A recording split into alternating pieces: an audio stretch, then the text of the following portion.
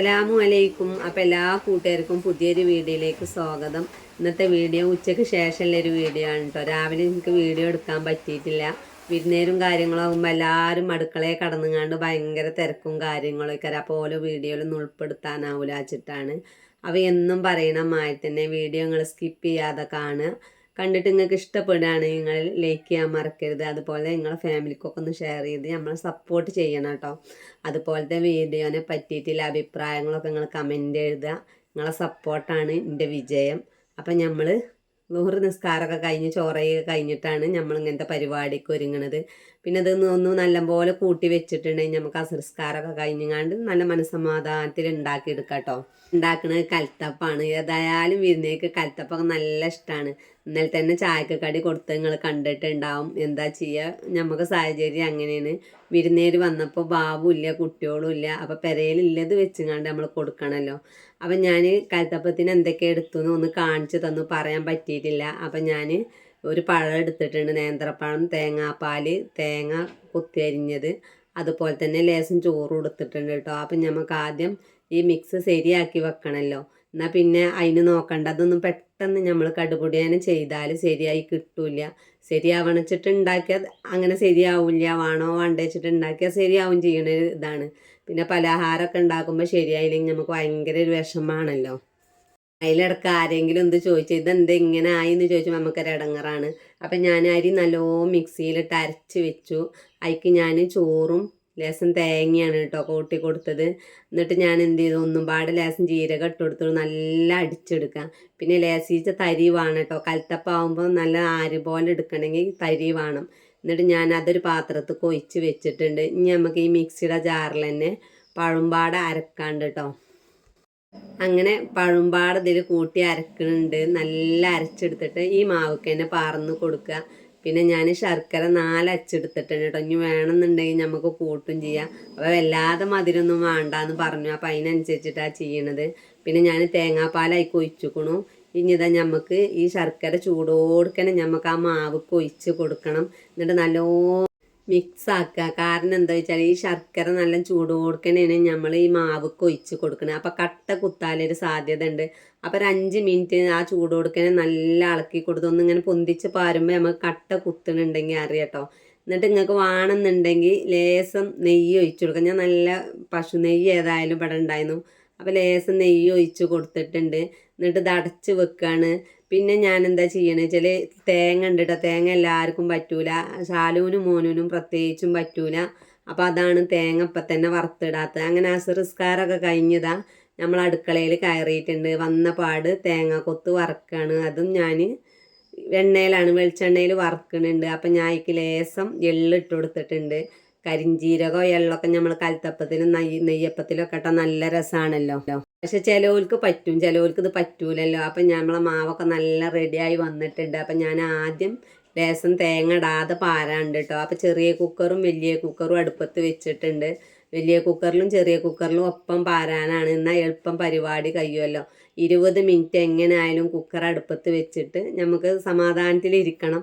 ക്ഷമയാണ് വേണ്ടത് കേട്ടോ. കൽത്തപ്പൊക്കെ ചുടുമ്പോൾ നല്ല ക്ഷമ വേണം. എന്നാലാണ് നമ്മളെ കൽത്തപ്പൊക്കെ ശരിയായി വരുള്ളൂ. അപ്പം ഞാൻ കുക്കർക്ക് ലേശം വെളിച്ചെണ്ണ ഒറ്റിച്ചു കൊടുത്തു. 4 പുറത്തേക്ക് ആവാൻ മാത്രം ലേശം മതി കേട്ടോ. എന്നിട്ട് ഞാൻ അതിൽ ആദ്യം പാർന്നു. അതിക്ക് ഞാൻ എള്ളും തേങ്ങയൊക്കെ കണ്ട് സ്പൂൺ കൊണ്ട് കോരിയിടുകയാണ് ചെയ്യണത്. അങ്ങനെ അത് അടച്ചതിൻ്റെ ശേഷം നമുക്ക് ഇനി ചെറിയ കുക്കറും ഞാൻ അടുപ്പത്ത് വെച്ചിട്ടുണ്ട്. അതിൽ നമ്മൾ ശാലുവിനും മോനൂനും ഉള്ളത് വേറെ പാചകമാണ്. പിന്നെ അത് അടച്ച് കൊടുത്തിട്ട് നമ്മൾ ആ വിസിലൊന്നും ഇങ്ങോട്ട് ഒഴിവാക്കി എടുക്കണം കേട്ടോ. വിസിൽ വെക്കേണ്ട ആവശ്യമില്ല. തീ നല്ലോണം കുറച്ച് കൊടുക്കുക. പാരുമ്പോൾ നല്ല ചൂട് കൊടുക്കാൻ പാരണം കേട്ടോ. അപ്പോൾ ഗ്യാസ് കുറച്ച് വെക്കരുത്. ഗ്യാസ് നല്ല കൂട്ടി വെക്കുക. എന്നിട്ട് ചൂടാവുമ്പോൾ അതിക്ക് പാർന്ന് കൊടുക്കുക. ഇതിൻ്റെ ശേഷമാണ് നമ്മൾ അടച്ചതിൻ്റെ ശേഷം നമ്മൾ തീ നല്ല കുറച്ച് വെക്കുക കേട്ടോ. എന്നാലാണ് 20 മിനിറ്റ് ആകുമ്പോഴത്തേന് നല്ല പൊന്തി വരും ചെയ്യും. അതുപോലെ തന്നെ അടി കരിഞ്ഞ് ഇതാവില്ല. അപ്പം ഞാൻ വിസിലൊക്കെ ഊരി വെച്ചിട്ടുണ്ട്. പിന്നെ 20 മിനിറ്റ് കഴിഞ്ഞ് തുറന്ന് നോക്കുമ്പോൾ നല്ല വെന്തമായിട്ടുണ്ട്, നല്ല മയമുണ്ട്. അപ്പം ഞാൻ ഒരു തവി കൊണ്ട് നമുക്ക് അതൊന്ന് വെന്തുക്കണോ നോക്കണമല്ലോ. പുറത്തേക്ക് കാണുമ്പോൾ നല്ല വെന്തിട്ടുണ്ട്. അപ്പം ഞാനൊരു കയ്യിൽ കണ കൊണ്ട് കുത്തി നോക്കിയപ്പോൾ നല്ല വെന്ത് കിട്ടിയിട്ടുണ്ട്. എന്നാലും നമ്മൾ എന്ത് ചെയ്യണം ചേട്ടാ, അടച്ച് വെക്കണം. എന്നാലാണ് ആ എയറിൽ അത് കടന്ന് ശരിയായി ഇങ്ങോട്ട് വേറിട്ട് പോരും. അപ്പം ഞാൻ അടച്ച് വെച്ചു. തുറന്ന് നോക്കി വെന്തു. അപ്പം ഞാൻ ഒന്നും പാടെ അടച്ച് വെച്ചിട്ടുണ്ട്. എന്നിട്ട് നമ്മൾ 1 സ്പൂൺ കൊണ്ട് 4 പുറം ഇങ്ങോട്ട് ആക്കി കൊടുത്തിട്ട് ഒരു പാത്രത്തിൽ കൊട്ടിയാൽ മതി കേട്ടോ. അപ്പം നിങ്ങൾ കണ്ടിട്ടുണ്ടാവും 2 പുറം നല്ലപോലെ കിട്ടിയിട്ടുണ്ട്. കുക്കറിൽ കരിഞ്ഞിട്ടതായിട്ടൊന്നും പൊടിച്ചിട്ടില്ല. പിന്നെ ഞാനൊക്കെ അയക്കണ്ടിട്ടു തേങ്ങയും എള്ളൊക്കെ അയക്കിട്ടുങ്ങാണ്ട് ആകെ കുഴച്ചിട്ടാണ് പിന്നെ രണ്ടാമത്തെ അപ്പം പാരുന്നത് കേട്ടോ. അങ്ങനെ രണ്ടാമത്തെ അപ്പം ഞാനൊരു കുക്കറിൽ പാർന്നിട്ടുണ്ട്. ഈ കുക്കർ ഞാൻ ഒന്ന് തുറന്ന് വെച്ചു. ഓർമ്മയില്ലാതെ അവിടെ പോയിരുന്ന് വിരുന്നേരപ്പം ഇരുന്ന് കുറച്ച് നേരം വർത്താനം പറഞ്ഞു. അപ്പം നമുക്ക് ഇത് കിട്ടാനൊരു പ്രയാസം. അപ്പം ഞാൻ എന്ത് കാട്ടി ഒന്നും പാടെ അടുപ്പത്ത് വെച്ചിട്ട് അടി നല്ലോണം ഒന്നങ്ങോട്ട് ചൂടാക്കി കൊടുത്തിട്ട് ഒന്നും പാടെ അമ്പടച്ച് വെച്ചു. എന്നിട്ട് പിന്നെ തുറന്നപ്പോൾ നല്ല മട്ടത്തിൽ പോന്നിട്ടുണ്ട് കേട്ടോ. അല്ലെങ്കിൽ പോരൂല, കാരണം അടി ഇങ്ങനെ പിടിച്ച മാതിരിയാവും. നല്ല മഴ ഉണ്ട് കേട്ടോ. കൽത്തപ്പം നിങ്ങൾക്ക് കാണുമ്പോൾ തന്നെ മനസ്സിലാവണുണ്ടാവും. അങ്ങനെ 4 കൽത്തപ്പാണ് ഞാൻ ചുട്ടത് കേട്ടോ. അടി കണ്ടില്ല നിങ്ങൾ, കുക്കറിൻ്റെ അടിയൊന്നും നമ്മളത് കരിഞ്ഞിട്ടില്ല. പിന്നെ ഞാൻ അടുപ്പത്തേക്ക് തന്നെ വെച്ചിട്ടുണ്ട് കേട്ടോ. അങ്ങനെ ചെറിയ കുക്കർ റെഡിയായി കിട്ടിയിട്ടുണ്ട്. അതിൽ നല്ലോണം തേങ്ങ ഇട്ടിട്ടുണ്ട് കേട്ടോ. കൈ കൊണ്ട് തന്നെ അടർത്തിയാൽ പോരും. അതാണ് ഈ കൽത്തപ്പത്തിൻ്റെത്. നല്ല മഴ ഉണ്ട്, കാണുമ്പോൾ തന്നെ നിങ്ങൾക്ക് മനസ്സിലായി. ഞാൻ തൊട്ട് കാണിച്ചെന്നത് അതിനാണ്. അപ്പോൾ നമ്മളെ കൽത്തപ്പൊക്കെ സെറ്റായിട്ടുണ്ട്. ഷാലൂനും മോനൂനും ഉള്ളതാണ് തേങ്ങ ഇടാതെ ചുട്ടത് കേട്ടോ. ഓൾക്ക് അങ്ങനെ ഇഷ്ടം. അപ്പോൾ പിന്നെ ഓല ഇഷ്ടം നടക്കട്ടെ. അപ്പം ഇന്ന് വിരുന്നേർക്ക് നല്ല ഇതായി നമ്മൾ കൊടുത്തു. അപ്പം നമ്മളെ മനസ്സിൽ ഇന്നലത്തെ ടെൻഷനൊക്കെ ഒന്ന് മാറി കിട്ടിയിട്ടുണ്ട് കേട്ടോ. എനിക്ക് നല്ല പാൽ ചായ ആണെങ്കിലും കട്ടൻ ചായ ആണെങ്കിലും ഒക്കെ രസമാണ്. നമ്മളെങ്ങനെയായാലും നല്ലൊരു പാൽ ചായ ഒക്കെ ഉണ്ടാക്കണം എന്ന് കരുതിങ്ങാണ്ടായിരിക്കണത്. പിന്നെ എന്താ വെച്ചാൽ നമുക്ക് യൂട്യൂബ് ചാനൽ തുടങ്ങിയോണ്ട് കാറ്ററിംഗ് വർക്ക് ഒന്നുപാട് ഉഷാറാക്കാൻ കഴിഞ്ഞിട്ടുണ്ട്. ആദ്യം എന്ന് പറഞ്ഞാൽ എല്ലാവരും ഒന്നും അറിഞ്ഞിരുന്നില്ല. ഇപ്പം യൂട്യൂബ് ചാനൽ കണ്ടിട്ട് ചിലവരൊക്കെ പറഞ്ഞിട്ടുണ്ട്. ഇന്ന് എനിക്ക് 2 വർക്ക് ഒപ്പം കിട്ടിയിട്ടുണ്ട്. അതിൻ്റെ തലേ ദിവസമാണിട്ടത്. അപ്പോൾ കൽത്തപ്പം നല്ല ആരെടുത്ത് കണ്ടില്ല, ഞാൻ മുറിച്ച് കാണിച്ചെന്നത് അതിനാട്ടോ. ഇനി ഞാനിതിങ്ങനെ കഷ്ണം വെട്ടിങ്ങാണ്ട് ഇതിൽ വെച്ചാൽ അങ്ങനെ ഇരുന്ന് തിന്നാലോ. പിന്നെ ഇതൊക്കെ ലേസം ഞാൻ പാത്ത് വെക്കും കേട്ടോ നാളെ തിന്നാൻ. പിന്നെ ഇനി ഞാൻ രാത്രിക്കൊക്കെയാണ്, കാരണം കാറ്ററിംഗ് വർക്ക് കൂടുമ്പോൾ നമ്മൾ അതിനനുസരിച്ച് നമ്മളും മാറിങ്ങാണ്ട് ഇരിക്കണം കേട്ടോ. 2 വർക്ക് ഒരുമിച്ചിട്ടാണ് കിട്ടിങ്ങനെ. സാമ്പാർ വെക്കാണ്ട് 4 കിലോ ബീഫും നമുക്ക് വെച്ച് കൊടുക്കാണ്ട്.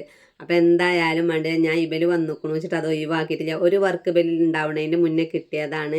ഒരു വർക്ക് ബെൽ ഉണ്ടാവുമ്പോഴാണ് കിട്ടിയിരിക്കണം കേട്ടോ.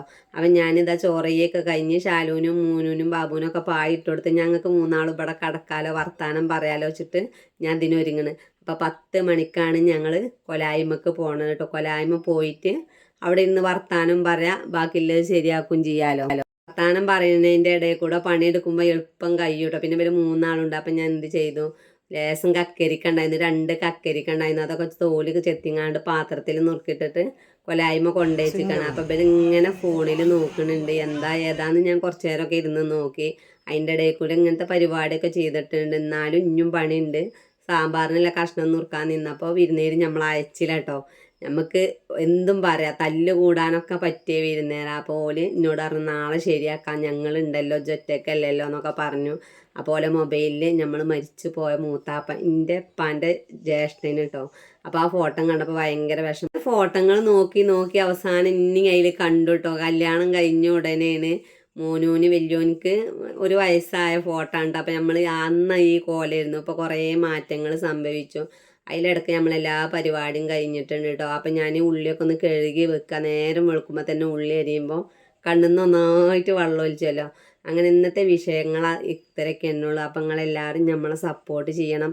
ഒക്കെ നേരാക്കൽ കഴിഞ്ഞിട്ടും നമ്മളെ വർത്താനം കഴിഞ്ഞിട്ടില്ല. കിടക്കണ നേരം 1 മണി ആവാനയിക്കണം കേട്ടോ.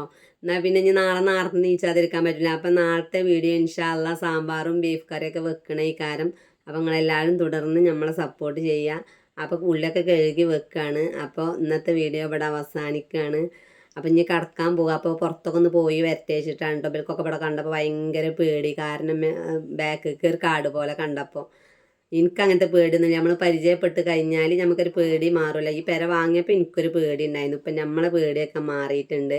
അപ്പം ഇനി ലേസം ഖുർആൻ ഓതാനുണ്ടാവും. പാടെ ഓതിക്കഴിഞ്ഞാൽ നമ്മൾ ഇന്നത്തെ കാര്യം പൂർത്തീകരിച്ചു. അപ്പോൾ അടുത്ത വീഡിയോ കൊണ്ട് പിന്നെ വരണ്ട്. എല്ലാവരോടും ഒരിക്കൽ കൂടി അസ്സലാമു അലൈക്കും.